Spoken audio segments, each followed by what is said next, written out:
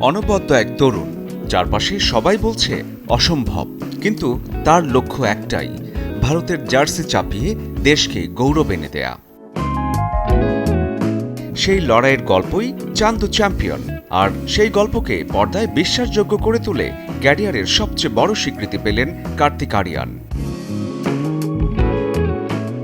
৭২তম ভারতীয় জাতীয় চলচ্চিত্র পুরস্কারে চান্দ চ্যাম্পিয়নের জন্য যৌথভাবে সেরা অভিনেতা হয়েছেন তিনি। মাত্র এক দশকের ক্যারিয়ারে জাতীয় পুরস্কার কার্তিকের জন্য এটি বড় টার্নিং পয়েন্ট। তবে সেরা অভিনেতার মঞ্চে পুরস্কার ভাগ হয়েছে আরেকজনের সঙ্গে। মালায়াম সিনেমা ব্রহ্মইয়মের ভয়, রহস্য আর মনস্তাত্ত্বিক টানাপোড়েনের গল্পে অসাধারণ অভিনয়ের জন্য একই সম্মান জিতেছেন দক্ষিণের কিংবদন্তি অভিনেতা মাম্মুটি।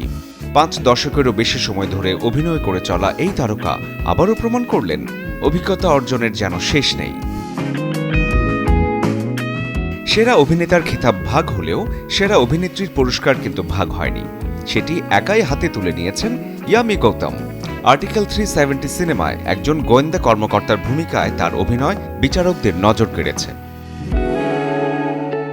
জম্মু ও কাশ্মীর থেকে সংবিধানের ৩৭০ অনুচ্ছেদ প্রত্যাহারের রাজনৈতিক প্রেক্ষাপটে নির্মিত এই সিনেমাই নির্বাচিত হয়েছে সেরা পূর্ণ দৈর্ঘ্য চলচ্চিত্র হিসেবে।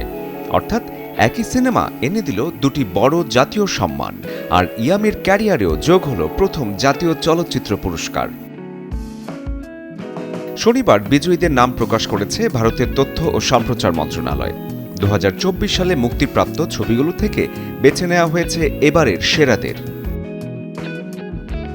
শরীফুল হক, চ্যানেল 24।